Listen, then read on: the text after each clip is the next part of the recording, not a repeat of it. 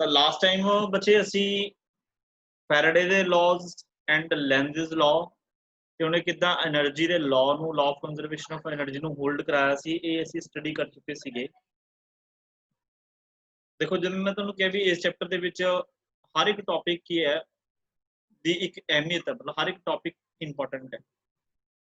ਤਾਂ ਫੈਰਾਡੇ ਲਾਅ ਕਿਉਂ ਇੰਪੋਰਟੈਂਟ ਸੀ, ਕਿਉਂਕਿ ਉਹ ਜਰਨਲ ਉਹਦੀ ਇੰਟਰੋਡਕਸ਼ਨ ਬਾਰੇ ਅਸੀਂ ਪੜ੍ਹਨਾ ਸੀਗਾ, ਜਿੱਥੋਂ ਚੈਪਟਰ ਸਟਾਰਟ ਹੁੰਦਾ ਹੈ। ਮਤਲਬ ਯਾਨੀ ਕਿ ਅਗਰ ਸਾਨੂੰ ਲਾਅ ਹੀ ਨਹੀਂ ਕਲੀਅਰ ਹੋਊਗਾ ਤਾਂ ਅਸੀਂ ਚੈਪਟਰ ਕੀ ਪੜ੍ਹਾਂਗੇ, ਠੀਕ ਹੈ।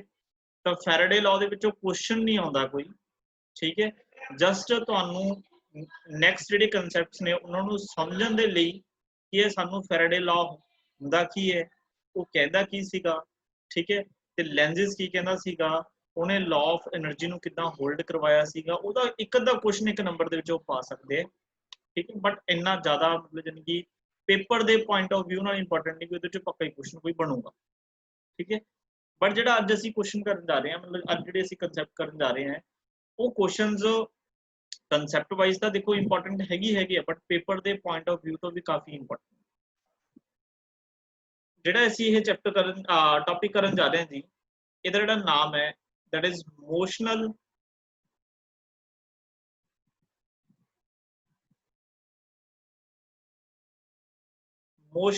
EMF।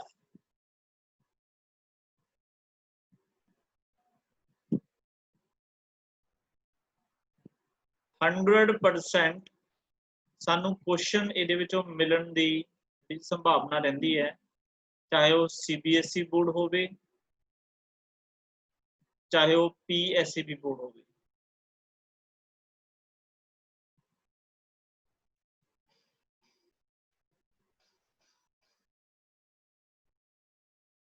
ਮੋਸ਼ਨਲ EMF ਦੇਖੋ, EMF ਦਾ ਮਤਲਬ ਅਸੀਂ ਪੜ੍ਹ ਚੁੱਕੇ ਹਾਂ, that is maximum potential difference. ਸਭ ਤੋਂ ਪਹਿਲਾਂ ਕੀ ਹੈ, ਜਦੋਂ ਅਸੀਂ ਪੜ੍ਹਿਆ ਸੀ ਜਿਹੜੀ ਮੈਗਨੈਟਿਕ ਫਲਕਸ ਚੇਂਜ ਹੁੰਦੀ ਹੈ, ਤਾਂ ਮੈਗਨੈਟਿਕ ਫਲਕਸ ਚੇਂਜ ਹੋਣ ਦੇ ਕਰਕੇ ਕੀ ਹੈ, ਇੱਕ EMF ਜਾਂ ਕਰੰਟ ਕੀ ਹੈ ਇੰਡਿਊਸ ਹੁੰਦਾ ਹੈ ਇਨ ਦਾ ਆਪੋਜ਼ਿਟ ਡਾਇਰੈਕਸ਼ਨ। ਅਸੀਂ ਇਹ ਪੜ੍ਹ ਕੇ ਆਏ ਹਾਂ, ਠੀਕ ਹੈ। ਉਹ ਗੱਲ ਹੁਣ ਦਿਮਾਗ 'ਚ ਰਹਿਣੀ ਚਾਹੀਦੀ ਹੈ।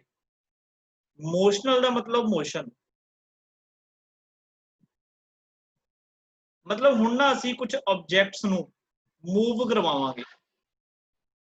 ਆਬਜੈਕਟਸ ਕਿਹੜੇ ਹੋ ਗਏ, ਉਹ ਹੋ ਗਏ ਕੰਡਕਟਰਸ।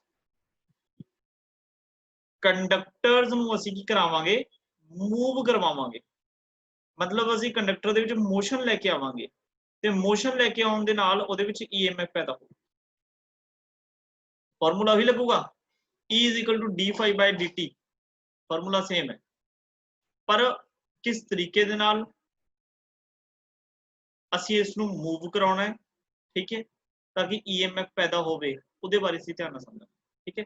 ਤਾਂ ਇਹਦੇ ਵਿੱਚੋਂ ਸਭ ਤੋਂ ਪਹਿਲਾਂ ਜਾਨੀ ਕਿ ਮੋਸ਼ਨਲ EMF, ਮਤਲਬ ਤੁਸੀਂ ਇਹਨੂੰ ਹੈਡਿੰਗ ਵੀ ਦੇ ਸਕਦੇ ਹੋ,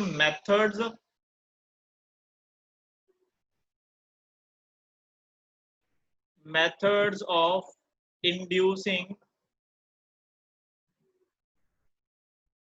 EMF or current। ਜਿਵੇਂ ਅਸੀਂ ਕੱਲ ਵੀ ਮੈਥਡ ਪੜ੍ਹਿਆ ਨਾ, ਮੈਗਨੈਟਿਕ ਫੀਲਡ ਚੇਂਜ ਕਰ ਦਿਓ ਜੀ, ਜਾਂ area of cross section change ਕਰ ਦਿਓ, ਜਾਂ ਕੀ ਚੇਂਜ ਕਰ ਦਿਓ, ਐਂਗਲ ਚੇਂਜ ਕਰ ਦਿਓ, ਹਨਾ। ਹੁਣ ਜੇ ਮੋਸ਼ਨ ਦੇ ਨਾਲ ਦੇਖਣਾ ਆਪਾਂ, ਤਾਂ ਸਪੋਜ਼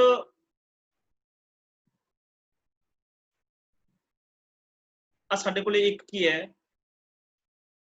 ਮੈਟੈਲਿਕ ਕੰਡਕਟਰ ਹੈ, ਕੰਡਕਟਿੰਗ ਵਾਇਰਸ ਨੇ, ਠੀਕ ਹੈ।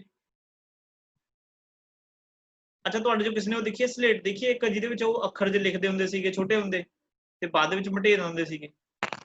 Yes sir. ਬਸ ਇਹ ਲਾ ਲਓ ਵੀ ਆ ਨਾ ਜਿਹੜਾ ਮੈਟੈਲਿਕ ਫਰੇਮ ਹੈ, ਹਨਾ, ਇਹ ਮੈਟੈਲਿਕ ਫਰੇਮ ਇੱਕ ਤਰ੍ਹਾਂ ਦੀ ਉਹ ਸਲੇਟ ਹੈ, ਠੀਕ ਹੈ। ਮਤਲਬ ਆ ਸਾਰਾ ਕੀ ਹੈ, ਇਹ ਇੱਕ ਮੈਟੈਲਿਕ ਵਾਇਰਸ ਦਾ ਫਰੇਮ ਹੈ, ਜਿਹਦੇ ਵਿੱਚ ਅਸੀਂ ਕੀ ਹੈ, ਇੱਕ ਇਸ ਤਰੀਕੇ ਦੀ ਇਹਦੇ ਵਿੱਚ ਅਸੀਂ ਰੋਡ ਲਗਾਵਾਂਗੇ, ਲਾਈਕ ਦਿਸ। ਹੁਣ ਦੇਖੋ ਆ ਸਲੇਟ ਜੀ ਯਾਦ ਆ ਗਈ ਨਾ, ਇਸ ਤਰੀਕੇ ਦੇ ਨਾਲ ਇਹਨੂੰ ਏਦਾਂ ਸਲਾਈਡ ਕਰਾਉਂਦੇ ਸੀ। ਜਿਹੜਾ ਆਹ ਤੁਹਾਨੂੰ ਇਸ ਤਰ੍ਹਾਂ ਦੀ ਤਰੀਕੇ ਦੇ ਇੱਕ ਰੋਡ ਦਿਖ ਰਹੀ ਹੈ, ਮੈਂ ਤਾਂ ਨੇਮਿੰਗ ਕਰਦਾ ਨਾ, ਇਹ ਰੋਡ ਦਾ ਨਾਮ ਰੱਖ ਲਓ ਕੋਈ AB ਰੋਡ। ਇਹ ਕੀ ਹੈ, ਇਹ ਵੀ ਕੰਡਕਟਰ ਹੈ, एक कंडक्टर है, ठीक है। जैनू बुक्स ਦੇ ਵਿੱਚ ਕੀ ਲਿਖਿਆ ਹੁੰਦਾ ਮੈਟੈਲਿਕ ਰॉड।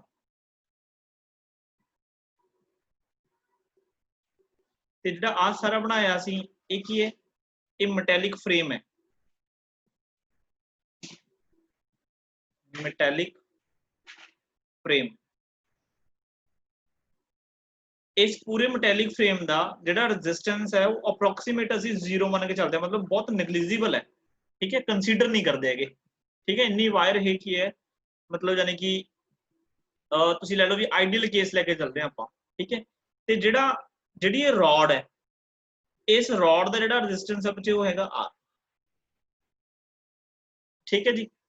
अच्छा हुण जदों भी असीं EMF की गल करते हैं, EMF E ਇਹ ਕਾਦੇ ਬਰਾਬਰ ਹੁੰਦਾ, ਇਹ ਹੁੰਦਾ d phi by dt, ਤੇ phi ਕਾਦੇ ਬਰਾਬਰ ਹੁੰਦਾ ਬੱਚੇ, phi ਹੁੰਦਾ ba cos theta, ba cos theta। ਆ ਪੜਦੇ ਨਾ ਆਪਾਂ ਕਿਹਾ ਸੀ ਚਾਹੇ ਤਾਂ ਮੈਗਨੈਟਿਕ ਫੀਲਡ ਚੇਂਜ ਕਰੋ, ਚਾਹੇ ਏਰੀਆ ਚੇਂਜ ਕਰੋ, ਚਾਹੇ ਐਂਗਲ ਚੇਂਜ ਕਰੋ, ਵੀ ਕੁਝ ਤਾਂ ਚੇਂਜ ਕਰੋ, ਜੇ ਚੇਂਜ ਕਰੋਗੇ ਤਾਂ EMF ਬਣੂਗੀ।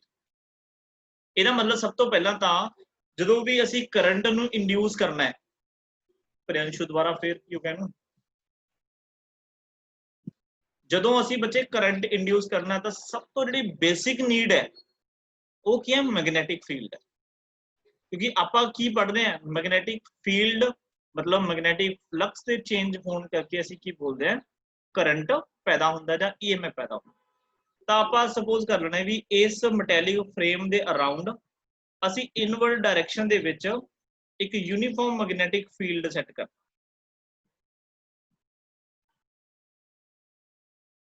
ध्यान ना सुनी चलियो, अगर कोई कुछ प्रॉब्लम आ जाएगी ना किसी वैसे आती नहीं हैगी तो मैं लास्ट से क्लीयर कर दूंगा। एक बार ध्यान ना सुनना सारी गल्लां।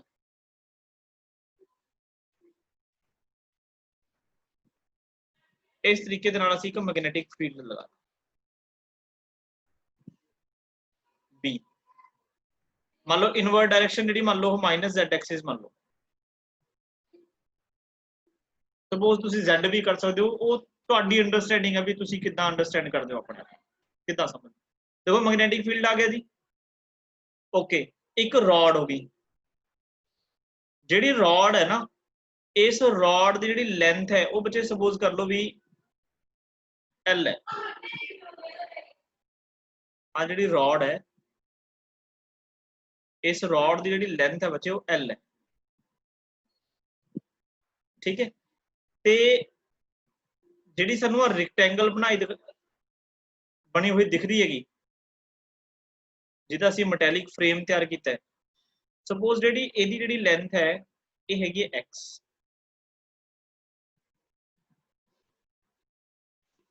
ਠੀਕ ਹੈ ਜੀ। ਹੁਣ ਇੱਥੇ ਤੱਕ ਮੈਂ ਕੀ ਕੀਤਾ, ਮੈਂ ਦੁਬਾਰਾ ਦੱਸਦਾ। ਸਭ ਤੋਂ ਪਹਿਲਾਂ ਮੈਂ ਇੱਕ ਮੈਟੈਲਿਕ ਫਰੇਮ ਕੀ ਹੈ ਬਣਾਇਆ था, ਤੇ ਉਹਦੇ ਵਿੱਚ ਇੱਕ ਰॉड ਲਗਾਈ ਹੈ। ਦੇਖੋ ਮੈਟੈਲਿਕ ਫਰੇਮ ਕਿਉਂ ਬਣਾਇਆ, ਕਿਉਂਕਿ ਮੈਂ ਕਰੰਟ ਪੈਦਾ ਕਰਨਾ ਹੈ। करंट तो पहला मैं EMF पैदा करनी है, तो EMF जो बनूगी, मैक्सिमम पोटेंशियल डिफरेंस जो बनूगा, तो जे ओह फ्रेम मैटेलिक होगा ते क्लोज होगा तो डेफिनेटली उहदे चों करंट फ्लो करूगा ना। करंट फ्लो होने वास्ते की चाहिए, कंडक्टर। कंडक्टर कौन होंदा है, मैटेलिक फ्रेम। तो असीं ये मैटेलिक फ्रेम कंसीडर कीता है ताकि जिहड़ा करंट पैदा होगा ना वो फ्लो कर सके, ठीक है जी, ओके। दूसरा की है, फिर असी इहदे ते की है कि यूनीफॉर्म मैग्नेटिक फील्ड लगाता। यूनीफॉर्म की लगाता, मैग्नेटिक फील्ड। तो जिहड़ा देखो मैग्नेटिक फील्ड लगाया, ये मैं तुहानूं कह रहा भी आपां इनसाइड की मनदे हुंदे आ माइनस Z एक्सिस, तो माइनस Z एक्सिस पर लगाता। जिहड़ी कंडक्टर की लेंथ है, जिहड़ी रॉड है उहदी लेंथ है जिहड़ी, उहनूं सपोज मान लो वो हैगी अलोंग Y एक्सिस, वो हैगी अलोंग Y एक्सिस। ਤੇ ਜਿਹੜੀ x ਹੈ, मतलब ਮੈਟੈਲਿਕ ਫਰੇਮ ਦੀ ਜਿਹੜੀ ਕੀ ਹੈ ਲੈਂਥ ਹੈ, ਉਹ ਹੈਗੀ ਸਪੋਜ਼ x ਐਕਸਿਸ ਪਰ। ਤੇ ਤਿੰਨੋਂ ਆਪਸ ਕੀ ਨੇ, ਮਿਊਚੁਅਲੀ ਪਰਪੈਂਡੀਕੂਲਰ ਟੂ ਈਚ ਅਦਰ। ਪਹਿਲਾਂ ਇੰਨੀ ਗੱਲ ਬੋਲੋ, ਸਾਰਿਆਂ ਨੂੰ ਕਲੀਅਰ ਹੈ, ਕਿਸੇ ਨੂੰ ਕੋਈ ਡਾਊਟ ਤਾਂ ਨਹੀਂ ਹੈ ਇਹਦੇ ਵਿੱਚ। ਅਜੇ ਮੈਂ ਆਰਟੀਕਲ ਸਟਾਰਟ ਨਹੀਂ ਕਰਾਇਆ, ਮੈਂ ਜਸਟ ਇੰਟਰੋਡਕਸ਼ਨ ਦੇ ਰਿਹਾ ਵੀ ਕਰ ਕੀ ਰਹੇ।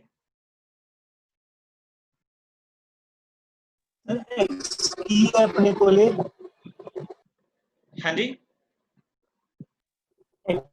की है अपने कोले लेंथ लेंथ एल हैगी लेंथ, एल हैगी लेंथ ऑफ रॉड, एक्स हैगी है लेंथ ऑफ फ्रेम, बी हैगा मैग्नेटिक फील्ड। क्लियर है बच्चे सारे ਨੂੰ ਇਹ? Yes, sir. Yes, sir. ਧਿਆਨ ਨਾਲ ਸਮਝਣਾ, ਠੀਕ ਹੈ। ਅੱਛਾ ਓਕੇ, ਹੁਣ ਅਸੀਂ ਕਰਨਾ ਕੀ, ਦੇਖੋ ਅਸੀਂ ਮੋਸ਼ਨ ਦੇਣਾ ਹੈ। ਕਿਹਨੂੰ ਮੋਸ਼ਨ ਦੇਣਾ ਹੈ? ਅਸੀਂ ਮੋਸ਼ਨ ਦੇਣਾ ਰॉड ਨੂੰ। ਸਪੋਜ਼ ਕਰੋ ਜਿਹੜੀ ਇਹ ਰॉड ਹੈ ਨਾ, ਇਹਨੂੰ ਤੁਸੀਂ ਇਸ ਡਾਇਰੈਕਸ਼ਨ ਵਿੱਚ ਮੋਸ਼ਨ ਦੇਤਾ, ਮਤਲਬ ਇਹਨੂੰ ਕੋਈ ਨਾ ਕੋਈ ਵੈਲੋਸਿਟੀ ਦੇਤੀ। ਚਲੋ ਵੈਕਟਰ ਫਾਰਮ ਚ ਲਿਖੋ, ਕੋਈ ਦਿੱਕਤ ਨਹੀਂ। ਜਿਵੇਂ ਮੈਂ ਤੁਹਾਨੂੰ ਸਲੇਟ ਦੀ ਗੱਲ ਕਰ ਰਿਹਾ, ਤੁਹਾਡੇ ਕੋਲ ਸਲੇਟ ਹੁੰਦੀ ਸੀ ਨਾ, ਸਲੇਟ ਨੂੰ ਤੁਸੀਂ ਏਦਾਂ ਕੀ ਹੈ ਏਦਾਂ ਚਲਾਉਂਦੇ ਸੀ। ਐਜ਼ ਇਟ ਇਜ਼ ਹੁਣ ਦੇਖੋ ਮੈਗਨੈਟਿਕ ਫੀਲਡ ਵੀ ਹੈ, ਇੱਕ ਰॉड ਹੈ ਕੰਡਕਟਰ, ਮਤਲਬ ਕੰਡਕਟਿੰਗ ਰॉड ਹੈ, ਉਹਦੇ ਵਿੱਚ ਅਸੀਂ ਨਾ ਏਦਾਂ ਇਸ ਨੂੰ ਮੂਵ ਕਰਾਉਣਾ ਰॉड ਨੂੰ, ਲਾਈਕ ਦਿਸ। ਕੋਈ ਸਟੂਡੈਂਟ ਸੋਚ ਸਕਦਾ ਹੈ ਅਗਰ ਇਸ ਤਰੀਕੇ ਦਾ ਫਰੇਮ ਬਣਾ ਕੇ ਮੈਗਨੈਟਿਕ ਫੀਲਡ ਅਪਲਾਈ ਕਰਕੇ ਅਗਰ ਤੁਸੀਂ ਰॉड ਨੂੰ ਏਦਾਂ ਮੂਵ ਕਰਵਾਓਗੇ, ਉਹਨੂੰ ਮੋਸ਼ਨ ਦਿਓਗੇ, ਤਾਂ ਕੀ ਇਹਦੇ ਨਾਲ ਕਰੰਟ ਜਾਂ EMF ਪੈਦਾ ਹੋ ਸਕਦੀ ਹੈ? ਜੇ ਹੋ ਸਕਦੀ ਹੈ ਤਾਂ ਕਿਉਂ? ਜੇ ਨਹੀਂ ਹੋ ਸਕਦੀ ਤਾਂ ਕਿਉਂ? हो सकती है सर, हाउ? एरिया चेंज हो रहा है। हाँ वेरी गुड। देखो देखो आर्टिकल करना तो फिर ही फायदा ना जे EMF पैदा होगी। देखो एक्चुअल जो हो की रहा है, एक्चुअल जो हो ये रहा है डायग्राम च देखो, इधर मैं ਤੁਹਾਨੂੰ डायग्राम ਦੇ ਵਿੱਚ ਇੱਕ ਇਮੇਜਿਨੇਸ਼ਨ ਬਣਾ ਕੇ ਦਿਖਾਉਣਾ। ਮੰਨ ਲਓ ਇਹ ਰॉड ਦੀ ਪੋਜੀਸ਼ਨ ਇਹ ਵਾਲੀ ਹੈ, ਠੀਕ ਹੈ। ਸਪੋਜ਼ ਕਰੋ ਅਸੀਂ ਜਦੋਂ ਇਹਨੂੰ ਮੂਵ ਕਰਾਇਆ ਹਨਾ, ਤਾਂ ਮੂਵ ਕਰਾ ਕੇ ਸਪੋਜ਼ ਅਸੀਂ ਰॉड ਨੂੰ ਇਸ ਪੋਜੀਸ਼ਨ ਤੇ ਲਿਆਏ। This is the new position of rod.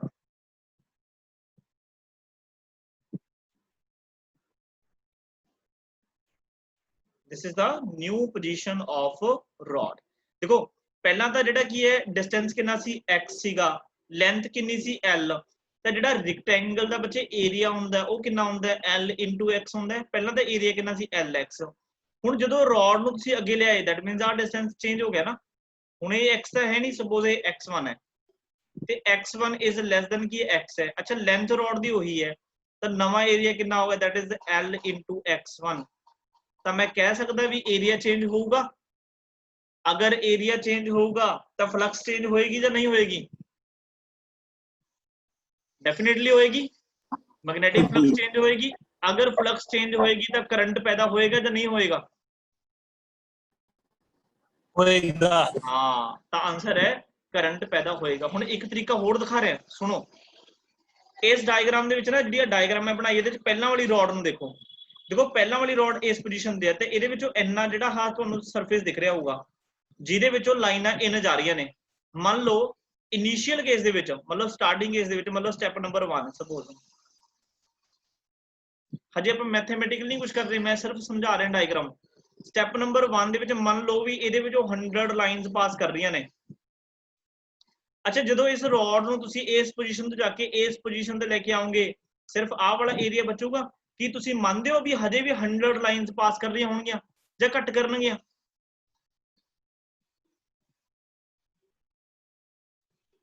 बोलो भी इस एरिया ऑफ क्रॉस सैक्शन चो हजे भी 100 लाइनस पास करनगियां जां घट करनगियां जां वध करनगियां?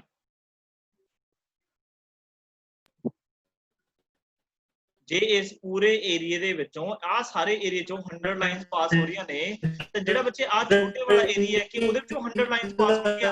आंसर है नो, डिक्रीज हो जाणगियां। मान लो कितनी रह गईयां, मान लो रह गईयां 50। अच्छा तुसी इस रॉड नूं बिल्कुल इस दे नजदीक ले गए, इस साइड, ਇਹਦਾ मतलब ਹੁਣ ਕਿੰਨੀਆਂ ਰਹਿ ਗਈਆਂ? ਸਪੋਜ਼ ਫਾਈਨਲ ਸਟੈਪ ਦੇ ਵਿੱਚ ਮੰਨ ਲਓ ਕਿੰਨੀਆਂ ਰਹਿ ਗਈਆਂ, ਮੰਨ ਲਓ ਰਹਿ ਗਈਆਂ 10। ਤਾਂ ਜਦੋਂ ਤੁਸੀਂ ਰॉड ਨੂੰ from right hand side to left hand side ਲੈ ਕੇ ਜਾ ਰਹੇ ਹੋ, ਮਤਲਬ ਇਨ ਦਿਸ ਡਾਇਰੈਕਸ਼ਨ, ਤਾਂ ਮੈਂ ਕਹਿ ਸਕਦਾ ਜਿਹੜੀ ਫਲਕਸ ਹੈ ਉਹ ਡਿਕਰੀਜ਼ ਹੋ ਰਹੀ ਹੈ, मतलब चेंज हो रही है। अच्छा ਜਦੋਂ left hand side to right hand side लेके आओगे, इस साइड लेके आओगे, फिर फ्लक्स की होएगी? इंक्रीज होएगी। ਇਹਦਾ मतलब कंटिन्यूअसली जो तो लेफ्ट हैंड साइड लेके जाया करूंगा फ्लक्स घटिया करूगी, जो राइट हैंड साइड लेके आया करूंगा फ्लक्स बढ़िया करूगी, फिर डिक्रीज होया करू, फिर इंक्रीज। मतलब फ्लक्स लगातार की हो रही है, चेंज हो रही है। ਤੇ ਜਦੋਂ ਬੱਚੇ ਫਲਕਸ ਲਗਾਤਾਰ ਚੇਂਜ ਹੁੰਦੀ ਹੈ ਤਾਂ ਕੀ ਪੈਦਾ ਹੁੰਦਾ ਹੈ? ਤਾਂ ਉਦੋਂ ਪੈਦਾ ਹੁੰਦੀ ਹੈ ਕਰੰਟ ਜਾਂ ਈਐਮਐਫ। ਉਹ ਕਰੰਟ ਜਾਂ ਈਐਮਐਫ ਦਾ ਫਾਰਮੂਲਾ ਕੀ ਹੋਊਗਾ, ਅਸੀਂ ਉਹ ਬਣਾਉਣਾ। ਕਨਸੈਪਟ ਸਮਝ ਲੱਗ ਗਿਆ ਕੀ ਹੈ? Yes, sir. Okay done. ਤਾਂ ਮੈਂ ਇਸ ਡਾਇਗਰਾਮ ਨੂੰ ਦੁਬਾਰਾ ਬਣਾ ਲੈਣਾ। ਤਾਂ ਆਪਣੇ ਕੋਲੇ ਕੀ ਸੀਗਾ ਜੀ? ਸਭ ਤੋਂ ਪਹਿਲਾਂ ਇੱਕ ਮੈਟੈਲਿਕ ਫਰੇਮ ਜਿਹਦਾ ਰੈਜ਼ਿਸਟੈਂਸ ਕੀ ਹੈ? ਨੈਗਲੀਜੀਬਲ ਹੈ।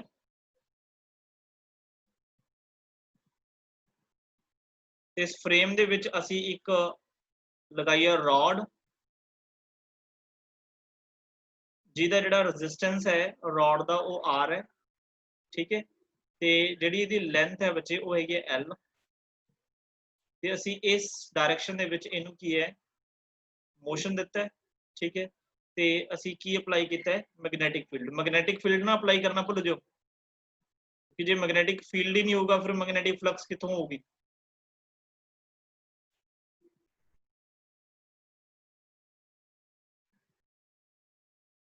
like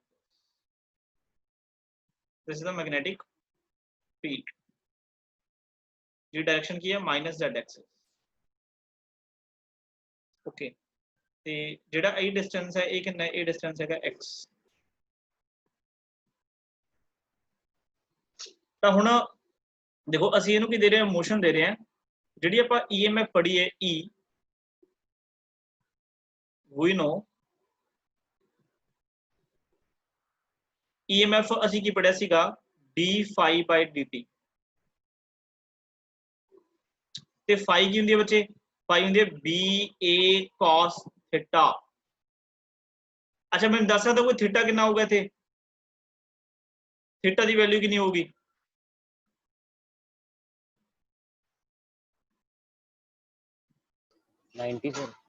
ਕਿੰਨਾ ਜੀ? 0 0। Very good. 0 90 ਨਹੀਂ ਬੱਚੇ। ਦੇਖੋ ਜਿਹੜਾ ਆਹ ਤੁਹਾਨੂੰ ਸ਼ੀਟ ਦਿਖ ਰਹੀ ਨਾ, ਰੈਕਟੈਂਗੂਲਰ ਫਰੇਮ ਦਿਖ ਰਿਹਾ, ਇਹਦੇ ਚ ਮੈਗਨੈਟਿਕ ਫੀਲਡ ਕੀ ਦੇਖੋ ਇਨ ਵਾਲੀ ਸਾਈਡ ਹੈ। ਤਾਂ ਜਿੱਧਰ ਮੈਗਨੈਟਿਕ ਫੀਲਡ ਹੈ ਉਸੇ ਸਾਈਡ ਤੋਂ ਕੀ ਲੈ ਲਓ? ਉਹਦਾ ਏਰੀਆ ਵੈਕਟਰ। ਤਾਂ ਦੋਨੋਂ ਡਾਇਰੈਕਸ਼ਨ ਕੀ ਹੋਊਗੀ? ਸੇਮ। ਤਾਂ ਥੀਟਾ ਕਿੰਨਾ ਹੋਊਗਾ? 0। ਤਾਂ ਬੱਚੇ ਫਾਈ ਕਿੰਨਾ ਆ ਗਿਆ? ਫਾਈ ਇਜ਼ ਇਕੁਅਲ ਟੂ ਹੋ ਗਿਆ BA। ਇਹਦੀ ਵੈਲਿਊ ਪੁੱਟ ਕਰ ਦੋ 1। ਤਾਂ E ਇਜ਼ ਇਕੁਅਲ ਟੂ, ਅੱਛਾ ਦੇਖੋ ਇਸ ਨੂੰ ਮੈਂ ਐਵੇਂ ਵੀ ਲਿਖਾਇਆ ਸੀ ਨਾ, ਇਹਨੂੰ ਐਵੇਂ ਵੀ ਲਿਖ ਸਕਦੇ E is equal to phi2 minus phi1 upon time। ऐसा भी लिख सकते, n नाल नहीं मल्टीप्लाई कर रहा मैं क्योंकि नंबर ऑफ टर्म्स की इत्थे गल नहीं हो रही, ठीक है। तो E इज इक्वल टू पाई कितना अपने को BA। देखो B तो कांस्टेंट है मैग्नेटिक फील्ड, सिर्फ की चेंज हो रहा है? एरिया, ठीक है। That is A2 minus A1 upon की हो गया T, ठीक है। चलो इनू इदू भी सौखा कर देना, इन्ना भी कुछ करने की लोड़ नहीं।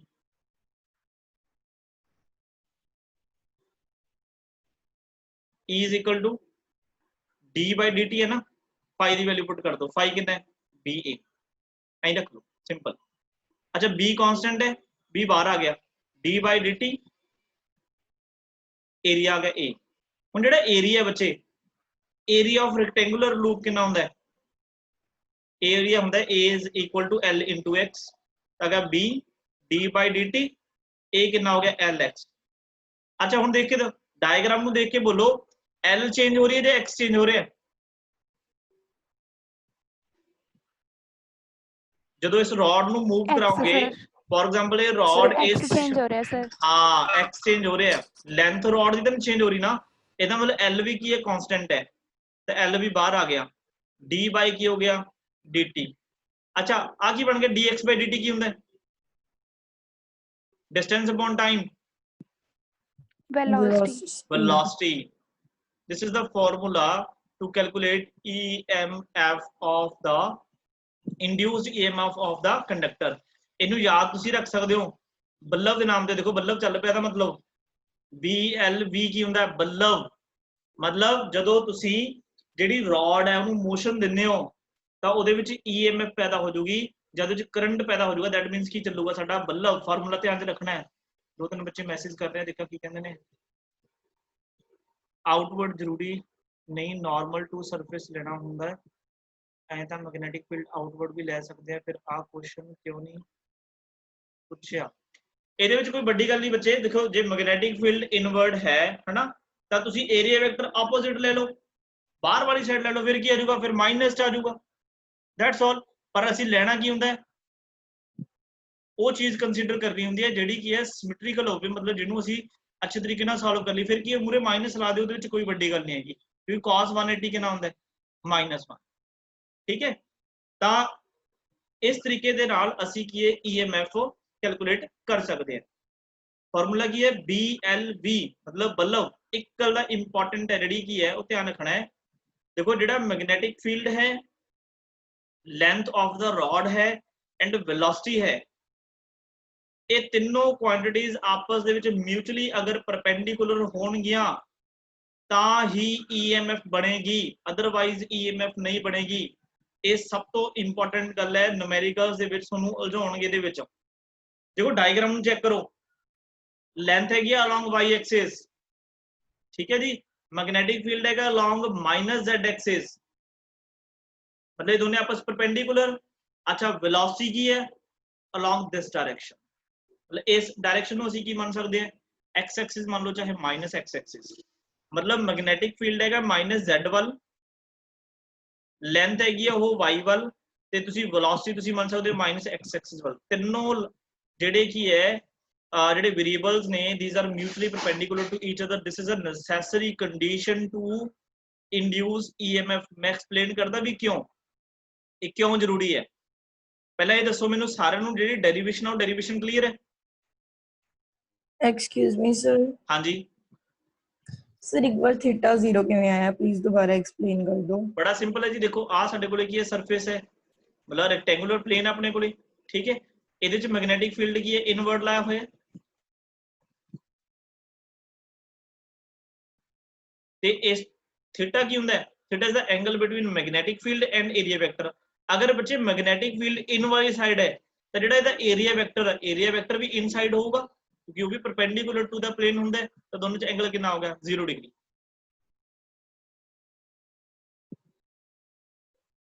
क्लियर? Okay sir. बच्चे बोलो सारे नु डेरिवेशन क्लियर है? Yes, sir. ओके ठीक है जी। हुण ਇਹਦਾ मतलब समझो BLV अपने दो चीज़ां रह गई इस डेरिवेशन च।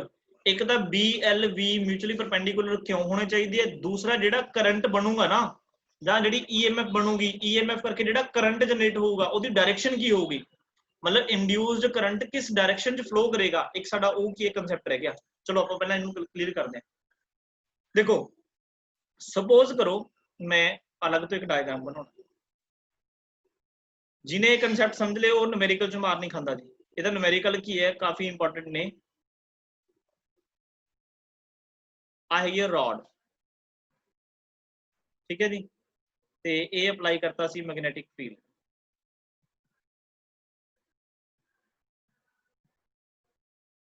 ਤੁਸੀਂ ਇੱਥੇ ਕ੍ਰਾਸ ਦੀ ਜਗ੍ਹਾ ਤੇ ਆਊਟਵਰਡ ਮੈਗਨੈਟਿਕ ਫੀਲਡ ਵੀ ਲੈ ਸਕਦੇ ਹੋ, ਤਾਂ ਵੀ ਕੋਈ ਦਿੱਕਤ ਨਹੀਂ ਹੈਗੀ। ਫਿਰ ਏਰੀਆ ਵੈਕਟਰ ਵੀ ਬਾਹਰ ਵਾਲੀ ਸਾਈਡ ਲੈ ਲਿਓ। अच्छा मैग्नेटिक फील्ड की डायरेक्शन किधर है, इनवर्ड, मतलब -z एक्सिस, डन है ओके। अच्छा ਜਿਹੜੀ ਲੈਂਥ ਆਫ ਦੀ ਰॉड है L, ਉਹ ਕਿੱਧਰ ਹੈ, ਉਹ ਮੰਨਿਆ ਸੀ y एक्सिस ਵੱਲ। ਹੁਣ ਤੁਸੀਂ ਨਾ ਇਸ ਰॉड ਨੂੰ ਇਸ ਸਾਈਡ, मतलब ਇਸ ਸਾਈਡ ਵੈਲੋਸਿਟੀ ਇਹਦੀ ਨਾ ਦਿਓ। ਮੰਨ ਲਓ ਇਸ ਸਾਈਡ ਅਸੀਂ ਵੈਲੋਸਿਟੀ ਇਹਦੀ ਨਹੀਂ ਦੇ ਰਹੇ ਕਿਉਂਕਿ ਇਹ ਤਾਂ ਅਸੀਂ ਕੇਸ ਕਰ ਲਿਆ। अच्छा ਜਾਂ ਤੁਸੀਂ ਕੀ ਇਹ ਤੋਂ ਆਪੋਜ਼ਿਟ ਇਸ ਸਾਈਡ ਦੇ ਸਕਦੇ ਹੋ, ਫਿਰ ਤਾਂ ਕੰਡਕਟਰ ਤੋਂ ਬਾਹਰ ਹੀ ਭੱਗ ਗਿਆ, ਫਿਰ ਤਾਂ ਮੈਗਨੈਟਿਕ ਫੀਲਡ ਤੋਂ ਬਾਹਰ ਹੀ ਚਲ ਗਿਆ। ਠੀਕ ਹੈ, ਜੇ ਅਸੀਂ ਇਸ ਮੈਗਨੈਟਿਕ ਰॉड ਨੂੰ ਅਸੀਂ ਇਸ ਪੋਜੀਸ਼ਨ ਤੇ ਲੈ ਕੇ ਆਵਾਂਗੇ ਤਾਂ ਅਸੀਂ ਇਸ ਸਾਈਡ ਵੀ ਇਹਨੂੰ ਲੈ ਕੇ ਆਉਣੇ ਆ, ਉੱਥੇ ਕੋਈ ਦਿੱਕਤ ਨਹੀਂ ਹੈਗੀ। ਮੰਨ ਲਓ ਅਸੀਂ ਇਸ ਰॉड ਨੂੰ ਜਿੱਥੇ ਇਹ ਰੱਖੀ ਹੋਈ ਹੈ ਹਨਾ, मतलब ਲੈਂਥ ਹੈਗੀ ਅਲੋਂਗ y ਐਕਸਿਸ, ਸਪੋਜ਼ ਇਹਨੂੰ ਵੀ ਤੁਸੀਂ y ਐਕਸਿਸ ਦੇ ਅਲੋਂਗ ਵੈਲੋਸਿਟੀ ਦੇਤੀ ਇਸ ਸਾਈਡ, मतलब ਤੁਸੀਂ ਇਸ ਜਿਹੜਾ ਸਿਸਟਮ ਬਣਾਇਆ ਉਹਦੇ ਵਿੱਚ ਜਿਹੜੀ ਆਹ ਰॉड ਹੈ ਨਾ ਉਹ ਇਸ ਤਰੀਕੇ ਨਾਲ ਮੂਵ ਨਾ ਕਰਾ ਕੇ ਲਾਈਕ ਦਿਸ, ਪਰ ਅਲੋਂਗ -x ਅਲੋਂਗ +x ਇਦਾਂ ਮੂਵ ਨਾ ਕਰਾ ਕੇ ਤੁਸੀਂ जिधर ਇਹਦੀ ਲੈਂਥ ਹੈ, ਦੇਖੋ ਲੈਂਥ ਹੈਗੀ along y Axis, y Axis ਦੀ ਅਲੋਂਗ ਜਾਂ ਮਾਈਨਸ y ਐਕਸਿਸ ਦੇ ਅਲੋਂਗ ਐਦਾਂ ਕੀ ਇਹਨੂੰ ਮੂਵ ਕਰਾਉਣ ਲੱਗੇ ਲਾਈਕ ਦਿਸ। ਸਪੋਜ਼ ਇਹਨੂੰ ਤੁਸੀਂ ਮੰਨੋ ਇਹ ਹੈਗਾ, ਇਹ ਹੈਗੀ ਮੈਗਨੈਟਿਕ ਫੀਲਡ, ਧਿਆਨ ਨਾਲ ਸੁਣਿਓ, ਇਹ ਮੈਗਨੈਟਿਕ ਫੀਲਡ ਹੈ, ਆਹ ਰॉड ਹੈ, ਠੀਕ ਹੈ। ਇੱਕ ਤਾਂ ਤਰੀਕਾ ਇਹ ਹੈ ਵੀ ਅਸੀਂ ਇਸ ਤਰੀਕੇ ਨੂੰ ਐਦਾਂ ਮੂਵ ਕਰਾ ਰਹੇ ਹਾਂ, ਉਹ ਤਾਂ ਆਪਾਂ ਪੜ੍ਹਿਆ ਹੈ। ਅਗਰ ਤੁਸੀਂ ਇਸ ਰॉड ਨੂੰ ਇਸ ਤਰੀਕੇ ਦੇ ਨਾਲ ਹੀ ਕੀ ਹੈ ਮੂਵ ਕਰਾਈ ਚੱਲੋਗੇ ਤਾਂ ਮੈਨੂੰ ਦੱਸੋ ਫਲਕਸ ਕਿੰਨੀ ਚੇਂਜ ਹੋ ਰਹੀ ਹੈ, ਫਲਕਸ ਕਿੰਨਾ ਚੇਂਜ ਹੋ ਰਿਹਾ ਹੈ? कोई नो है जी? चेंज, हाँ, कोई नो चेंज चेंज, नहीं होगा। फ्लक्स चेंज ही नहीं होनी। मतलब देखो लेंथ किधर है, वाई एक्सिस वाला, अगर तुसी वेलोसिटी भी वाई एक्सिस वाल रख ली रॉड दी ਜਾਂ ਇਸ ਤੋਂ ਆਪੋਜ਼ਿਟ ਮਾਈਨਸ ਵਾਈ ਐਕਸਿਸ ਵੱਲ ਕਰ ਲਈ ਤਾਂ ਨੋ ਚੇਂਜ ਇਨ ਫਲਕਸ। ਤੇ ਜੇ ਫਲਕਸ ਚੇਂਜ ਹੀ ਨਹੀਂ ਹੋਊਗਾ ਬੱਚੇ ਈਐਮਐਫ ਕਿੰਨੀ ਹੋਊਗੀ, 0। ਆ ਦੇਖੋ ਜਦੋਂ ਅਸੀਂ ਇਹਨੂੰ ਇਦਾਂ ਮੂਵ ਕਰਾ ਰਹੇ ਸੀ, ਦੇਖੋ ਆ ਮੰਨ ਲਓ ਇਹਦੇ ਸਾਰੇ ਮੋਬਾਈਲ ਦੇ ਵਿੱਚੋਂ ਮੰਨ ਲਓ 100 ਲਾਈਨਾਂ ਕੀ ਹੈ ਬਾਹਰ ਨਿਕਲਦੀਆਂ ਨੇ, ਸਪੋਜ਼ ਕਰ ਲਓ।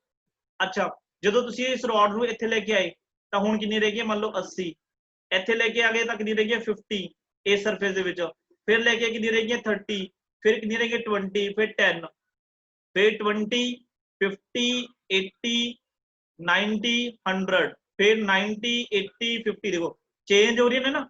ਅਗਰ ਤੁਸੀਂ ਇੱਥੇ ਖੜ ਕੇ ਇਹਨੂੰ ਐਂ ਘੁਮਾਈ ਜਾਂਦੇ ਹੋ ਕੋਈ ਚੇਂਜ ਨਹੀਂ। ਦੇਖੋ ਇਸ ਏਰੀਆ 'ਚ ਕੋਈ ਚੇਂਜ ਆ ਰਿਹਾ, ਆਨਸਰ ਹੈ ਨੋ। ਤਾਂ ਇਹਦੇ ਵਿੱਚ ਕੋਈ ਚੇਂਜ ਨਹੀਂ ਹੋ ਰਿਹਾ। ਤਾਂ ਇਹ ਚੀਜ਼ ਦਾ ਧਿਆਨ ਰੱਖਣਾ ਹੈ ਤੁਸੀਂ ਨਾ ਇਹਨੂੰ, ਜਿਵੇਂ ਜਿਵੇਂ ਮੋਸਟਲੀ ਲੜਕੀਆਂ ਨੇ ਨਾ ਆਪਣੇ ਮਤਲਬ ਇਸ ਗਰੁੱਪ ਦੇ ਵਿੱਚ, ਬॉयਜ਼ ਨੂੰ ਮੈਨੂੰ ਪਤਾ ਹੁੰਦਾ ਹੈ ਸਬਜ਼ੀ ਕੱਟਦੇ ਹੋ ਨਾ, ਸਬਜ਼ੀ ਕਿਵੇਂ ਕੱਟਦੇ ਹੁੰਦੇ ਮਤਲਬ ਜਾਨੀ ਕਿ ਸਪੋਜ਼ ਕਰੋ ਵੀ ਮਤਲਬ ਜਿਵੇਂ ਆਹ ਤੁਹਾਡੇ ਕੋਲ ਸਬਜ਼ੀ ਹੈ, ਠੀਕ ਹੈ, ਤੇ ਆਹ ਤੁਹਾਡੇ ਕੋਲ ਕੀ ਹੈ ਕਰਦਾ, ਇਹਨੂੰ ਏਦਾਂ ਕੱਟਦੇ ਹੋ ਲਾਈਕ ਦਿਸ, ਏਦਾਂ ਏਦਾਂ ਏਦਾਂ ਕੱਟਦੇ ਜਾਂਦੇ ਹੋ ਨਾ ਸਬਜ਼ੀ ਨੂੰ। ਮਤਲਬ ਨਾ ਜਿਹੜੀ ਮੈਗਨੈਟਿਕ ਫੀਲਡ ਲਾਈਨਸ ਨੇ ਇਹ ਕਿੱਧਰ ਨੇ, ਇਨਵਰਡ ਵਾਲੀ ਸਾਈਡ ਤੇ। ਜਿਹੜੀ ਰॉड ਹੈ ਨਾ ਉਹਨੂੰ ਇਹ ਕੱਟ ਕਰਦੀ ਜਾਣੀ ਚਾਹੀਦੀ ਹੈ। ਜੋ ਮੈਗਨੈਟਿਕ ਫੀਲਡ ਲਾਈਨਸ ਨੂੰ ਕੱਟ ਕਰਦੀ ਕਰਦੀ ਇੱਧਰ ਜਾ ਰਹੀ ਹੈ, ਦੈਟ ਮੀਨਸ ਉਹ ਮੈਗਨੈਟਿਕ ਫਲਕਸ ਚੇਂਜ ਕਰੂਗੀ। ਜਿਹਨੂੰ ਆਪਣੀ ਹੀ ਪੋਜੀਸ਼ਨ ਦੇ ਅਪ ਐਂਡ ਡਾਊਨ ਇਸ ਤਰੀਕੇ ਨਾਲ ਮੂਵ ਕਰਾਈ ਜਾਓਗੇ ਤਾਂ ਉਹਨੇ ਕੋਈ ਵੀ ਫਲਕਸ ਨਹੀਂ ਚੇਂਜ ਕਰਨੀ। ਅਗਰ ਫਲਕਸ ਨਹੀਂ ਚੇਂਜ ਹੋਣੀ ਤਾਂ ਬੱਚੇ ਕੀ ਹੈ ਮੈਗਨੈਟਿਕ ਫਲਕਸ ਨਹੀਂ ਚੇਂਜ ਹੋਣੀ। ਅਗਰ ਮੈਗਨੈਟਿਕ ਫਲਕਸ ਨਹੀਂ ਚੇਂਜ ਹੋਏਗੀ ਤਾਂ ਈਐਮਐਫ ਨਹੀਂ ਪੈਦਾ ਹੋਏਗੀ। ਇਹ ਤਾਂ ਇੱਕ ਕੇਸ ਹੋ ਗਿਆ। ਹੁਣ ਸਪੋਜ਼ ਕਰੋ ਤੁਸੀਂ ਇਹਨੂੰ ਐਂ ਕਰ ਲਓ ਵੀ ਤੁਸੀਂ ਮੈਗਨੈਟਿਕ ਫੀਲਡ ਕਿੱਧਰ ਲਾਇਆ, ਮਾਈਨਸ ਜ਼ੈਡ ਐਕਸਿਸ ਵੱਲ ਲਾਇਆ ਨਾ। ਮੈਂ ਇੱਕ ਡਾਇਗਰਾਮ ਹੋਰ ਬਣਾ ਕੇ ਦਿਖਾਉਣਾ, ਮਤਲਬ ਤੁਸੀਂ ਜਿੰਨੇ ਮਰਜ਼ੀ ਕੇਸ ਬਣਾ ਲਓ। ਆ ਦੇਖੋ ਜਿਹੜੀ ਇਹ ਰॉड ਹੈ ਨਾ, ਮੰਨ ਲਓ ਐਂ ਲਾ ਲਓ ਆ ਰॉड ਕਿਹੜੀ ਸਾਈਡ ਹੈ, ਵਾਈ ਐਕਸਿਸ ਵੱਲ, ਇਹ ਹੈ ਨਾ। ਅਸੀਂ ਮੈਗਨੈਟਿਕ ਫੀਲਡ ਵੀ ਇੱਧਰ ਇਸੇ ਸਾਈਡ ਲਗਾ ਦਿੰਦੇ, ਮਤਲਬ ਮੈਗਨੈਟਿਕ ਫੀਲਡ ਵੀ ਐ ਜਾ ਰਿਹਾ।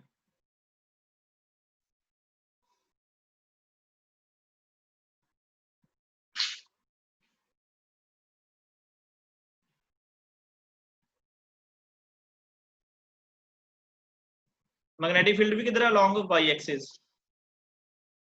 अच्छा तुसी वेलोसिटी भी इनु y एक्सिस वाल दे दो। देखो मैग्नेटिक फील्ड किधर है, y एक्सिस वाल। अच्छा वेलोसिटी किधर दे दी, y एक्सिस वाल।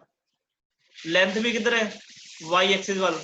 चेक करो किसी भी तरीके के मैग्नेटिक फ्लक्स चेंज आऊगा। मैग्नेटिक फील्ड ऊपर जा रहे हैं, ਅਸੀਂ ਰॉड ਨੂੰ ਵੀ ਇਦਾਂ ਮੂਵ ਕਰਾ ਰਹੇ ਹਾਂ, ਕੀ ਫਲਕਸ ਚੇਂਜ ਹੋਊਗੀ, ਆਨਸਰ ਹੈ नो। ਫਲਕਸ ਸਿਰਫ ਔਰ ਸਿਰਫ ਇੱਕ ਹੀ ਕੰਡੀਸ਼ਨ ਹੈ ਜਦੋਂ ਚੇਂਜ ਹੋਊਗੀ, ਉਹ ਕੰਡੀਸ਼ਨ ਹੈ ਜਦੋਂ magnetic field, velocity of the rod and length of the rod, these three quantities, the three variables are perpendicular to each other। ਇਹ ਮੇਨ ਕੰਡੀਸ਼ਨ ਹੈ।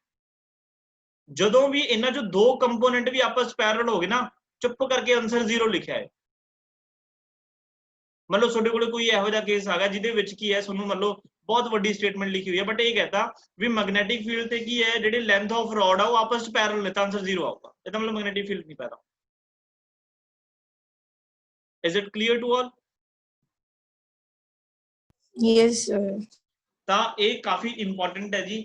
ਮਤਲਬ ਸਭ ਤੋਂ ਜ਼ਿਆਦਾ ਇੰਪੋਰਟੈਂਟ ਜਿਹੜਾ ਕੀ ਆਪਾਂ ਕਹਿ ਸਕਦੇ ਆ ਇਹਦੇ ਵਿੱਚ ਜਿਹੜਾ ਕਨਸੈਪਟ ਆ ਉਹ ਇਹ ਵਾਲਾ ਹੈ कि magnetic field is perpendicular to length of the conductor and velocity of the conductor. Now हुण गल होगी डायरेक्शन दी। जदों भी बच्चे असीं डायरेक्शन फाइंड करनी है कि जो साडा जिहड़ा करंट इंड्यूस होया है ना, ਉਹਦੀ ਅਸੀਂ डायरेक्शन फाइंड करनी होवे, to find the direction of induced current, we use Fleming, ध्यान रखियो इथे, right Fleming right hand rule लाने फिर ਅਸੀਂ इथे। ਹੁਣ ਬੱਚੇ ਇੱਥੇ ਕੀ ਕਰਦੇ ਆ, ਲੈਫਟ ਹੈਂਡ ਲਾਉਂਦੇ ਨੇ, ਜਿਹਦੇ ਕਰਕੇ ਸਾਰੀ ਗੜਬੜ ਹੋ ਜਾਂਦੀ ਹੈ। ਤਰੀਕਾ ਕੀ ਧਿਆਨ ਚ ਰੱਖਣਾ, ਦੇਖੋ ਵੈਸੇ ਤਾਂ ਫਲੇਮਿੰਗ ਲੈਫਟ ਹੈਂਡ ਰੂਲ ਹੀ ਲੱਗੂਗਾ, ਬਟ ਜੇ ਅਸੀਂ ਇੰਡਿਊਸਡ ਕਰੰਟ ਫਾਈਂਡ ਕਰਨਾ ਹੈ, ਕਿਹੜਾ ਕਰੰਟ ਇੰਡਿਊਸਡ, ਫਿਰ ਪੁੱਠਾ ਕੰਮ ਹੈ, ਫਿਰ ਰਾइट हैंड रूल लगूगा। फ्लेमिंग राइट हैंड रूल हैगा वही है, फुल बेवकूफ इंसान, एफ फुल, बी बेवकूफ इंसान, मतलब this is the force, this is the magnetic field and this is the direction of induced current. ਉੱਥੇ ਕੀ ਹੁੰਦਾ ਸੀ ਕਰੰਟ, इधर एफ बी आई करंट, ਇੱਥੇ ਕੀ ਹੋਊਗਾ ਇੰਡਿਊਸਡ ਕਰੰਟ। ਇੰਨਾ ਕੰਮ। ਹੁਣ ਅਸੀਂ ਫਟਾਫਟ ਕੀ ਡਾਇਰੈਕਸ਼ਨ ਦੇਖ ਲੈਣੇ। ਚਲੋ ਕੋਈ ਵੀ ਇੱਕ ਸਟੂਡੈਂਟ ਮੈਨੂੰ ਕੀ ਡਾਇਰੈਕਸ਼ਨ ਦੱਸੋ ਕਿ ਅਗਰ ਆ डायग्राम ਤੁਹਾਨੂੰ दिख रही है, मैग्नेटिक फील्ड ਲੱਗਿਆ ਹੋਇਆ ਹੈ, ठीक है, वेलोसिटी इस साइड है, ठीक है, इस साइड की ਇਹਨੂੰ ਆਪਾਂ मूव करा रहे हैं, ਤਾਂ ਮੈਨੂੰ ਕੋਈ ਦੱਸ ਸਕਦਾ ਇਸ ਸਰਕਟ ਦੇ ਵਿੱਚ ਜਿਹੜਾ ਕਰੰਟ ਚੱਲੂਗਾ ਉਹਦੀ डायरेक्शन ਕੀ ਹੋਏਗੀ। फ्लेमिंग राइट हैंड रूल लगाओ ਇੱਥੇ। देखो रॉड ਨੂੰ ਇਸ ਸਾਈਡ मूव ਕਰਨ ਦਾ ਮਤਲਬ ਕੀ ਹੈ, ਇਸ ਸਾਈਡ ਅਗਰ ਉਹਦੀ वेलोसिटी दैट मींस ਤੁਸੀਂ ਕੀ ਅਪਲਾਈ ਕਰ ਰਹੇ ਹੋ, फोर्स, ਇਹਦਾ ਮਤਲਬ ਤੁਸੀਂ ਇਸ ਸਾਈਡ फोर्स ਲਾ ਰਹੇ ਹੋ। देखो ਕਿਵੇਂ ਆਊਗਾ, देखो मैग्नेटिक फील्ड इनसाइड, स्क्रीन वाल देखियो ਤੁਹਾਨੂੰ ਇਹ ਲੱਗੂ ਮੈਂ ਬਾਹਰ ਵੱਲ ਦਿਖਾ ਰਿਹਾ, ਮੇਰੇ ਅਕੋਰਡਿੰਗ ਇਧਰੋਂ ਮੈਗਨੈਟਿਕ ਫੀਲਡ ਹੈਗਾ ਇਨਸਾਈਡ ਤੇ ਮੈਂ ਫੋਰਸ ਲਾ ਰਿਹਾ ਇਸ ਸਾਈਡ, ਇਹਦਾ ਮਤਲਬ ਕਰੰਟ ਕਿੱਧਰ ਇੰਡਿਊਸ ਹੋ ਰਿਹਾ ਹੈ, ਡਾਊਨਵਰਡ ਡਾਇਰੈਕਸ਼ਨ। ਇਹਦਾ ਮਤਲਬ ਬੱਚੇ ਇਸ ਰੋਡ ਦੇ ਵਿੱਚ ਜਿਹੜਾ ਕਰੰਟ ਹੈ ਨਾ, ਜਿਹੜਾ ਇੰਡਿਊਸਡ ਕਰੰਟ ਹੈ ਉਹ ਐਂ ਚੱਲੂਗਾ। This is the direction of induced current. ਇਸ ਤਰੀਕੇ ਨਾਲ ਪੂਰੇ ਸਰਕਟ 'ਚ ਕਰੰਟ ਚੱਲੂਗਾ। सर फोर्स की डायरेक्शन वेलोसिटी डायरेक्शन है। बिल्कुल जी बिल्कुल, ਅਸੀਂ मूव कराया ना, ਅਸੀਂ फोर्स लावांगे ਤਾਂ ਹੀ ਤਾਂ वेलोसिटी आऊगी, ਆਪਣੇ ਆਪ ਥੋੜੀ मूव कर रही है। ਅਸੀਂ ਇਸ ਰੋਡ ਨੂੰ ਪਕੜਿਆ, ਇਹਦੇ ਤੇ फोर्स लगाती इन दिस डायरेक्शन, ਫਿਰ ਇਹਦੇ ਕੋਲ वेलोसिटी आई है। ਇਹਦਾ ਮਤਲਬ this is the direction of force, this is the direction of magnetic field and this is the direction of induced current. ਹੁਣ ਮੇਰਾ ਇੱਕ ਸਾਰਿਆਂ ਨੂੰ ਸਵਾਲ ਜਿਹਦਾ ਮੈਂ ਆਨਸਰ ਤੁਹਾਨੂੰ ਪਹਿਲਾਂ ਵੀ ਦੱਸ ਚੁੱਕਿਆ ਸੀ, 2 ਮਿੰਟ ਰਹਿ ਗਏ ਆਪਣੇ ਕੋਲੇ, ਕੀ ਇਹ ਕਰੰਟ ਦੀ ਡਾਇਰੈਕਸ਼ਨ ਹਮੇਸ਼ਾ ਇਹੀ ਰਹੂਗੀ?